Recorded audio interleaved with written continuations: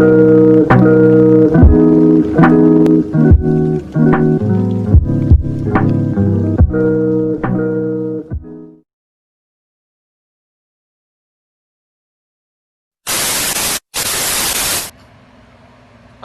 warahmatullahi wabarakatuh.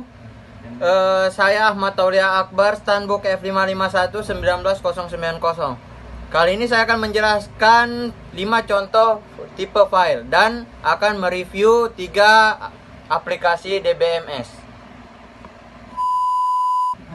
Nah, tipe file yang pertama yaitu tipe file master, yang merupakan file induk yang recordnya relatif statis, jarang berubah nilainya. Misalnya file daftar gaji dan file mata pelajaran. Dan ya, tipe file yang kedua adalah file transaksi, yang merupakan file ini bisa disebut file input, digunakan untuk merekam data hasil dari transaksi yang terjadi. Misalnya file penjualan yang berisi data hasil transaksi penjualan.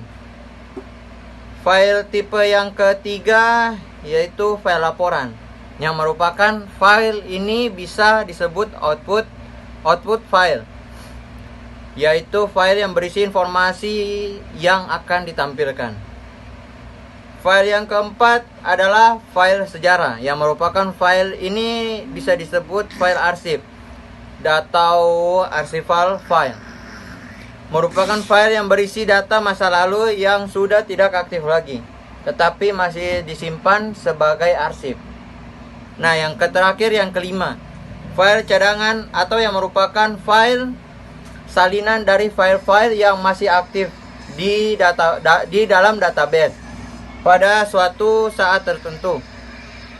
File ini digunakan sebagai pelindung atau cadangan bila file database yang aktif mengalami kerusakan atau hilang. Nah, sekarang saya akan menjelaskan hasil review saya terhadap 3 contoh aplikasi DBMS. Yang pertama yaitu MySQL. MySQL adalah database server yang gratis dengan lisensi GNU, General Public License, atau disingkat dengan GPL, sehingga dapat Anda pakai untuk keperluan pribadi atau komersil tanpa harus membayar lisensi yang ada. Kelebihan dari MySQL adalah: pertama, mendukung integrasi dengan bahasa pemrograman lain. Kedua, tidak membutuhkan RAM besar. Ketiga, mendukung multi-user. 4, bersifat open source. 5, struktur tabel yang fleksibel. 6, tipe data yang bervariasi. 7, keamanan yang terjamin. Dan MySQL juga memiliki kekurangan, yaitu kurang cocok untuk aplikasi game dan mobile. Kedua, sulit mengelola database yang besar. 3, technical support yang kurang bagus. Nah, contoh aplikasi kedua yaitu PostgreSQL, adalah sistem database yang kuat untuk urusan relasi, open source. Memiliki lebih dari 15 tahun pengembangan aktif dan sudah terbukti segala rancangan arsitekturnya telah mendapat reputasi tentang kuat, handal, integritas data, dan akurasi data. Kelebihan PostgreSQL adalah memiliki arsitektur multiproses. Kedua, dalam kondisi load tinggi atau jumlah koneksi simultan besar. 3, PostgreSQL memiliki fitur OO seperti pewarisan tabel dan tipe data. Keempat, PostgreSQL menyediakan hampir seluruh fitur-fitur database.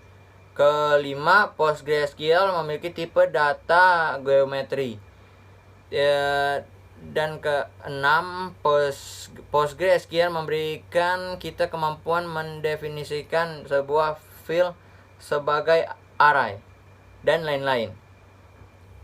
Kekurangan dari PostgreSQL adalah kurang begitu populer dan cocok bekerja di lingkungan web jika dibanding dengan MySQL. Kedua, kurang fokus dalam hal kelangsingan dan kecepatan. Ketiga, arsitektur dengan multiproses ini sulit diterapkan ke Windows, sebab Windows amat thread oriented. 4. PostgreSQL sendiri saat ini bisa dijalankan di Windows, tapi melalui lapisan emulasi Cygwin. Kelima, kurang unggul dalam hal ketersediaan fungsi built-in. Keenam, replikasi di PostgreSQL sendiri belum disertakan dalam distribusi standarnya. Nah, yang ketiga yaitu MariaDB, merupakan sebuah pengembangan mandiri dari MySQL, yang mana aplikasi ini hadir semenjak MySQL telah berhasil diakuisisi oleh Oracle pada sekitar bulan September 2010. Kelebihan dari MariaDB yaitu portabilitas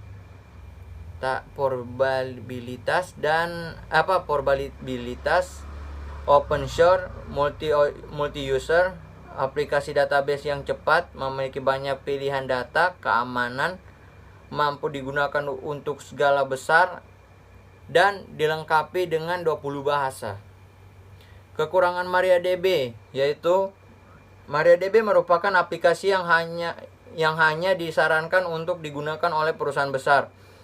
Konon MariaDB memiliki keterbatasan di dalam menyimpan data. Pada saat data yang disimpan tersebut sudah berada di ambang batas atau bahkan melebihi kapasitas yang mampu ditampung oleh server.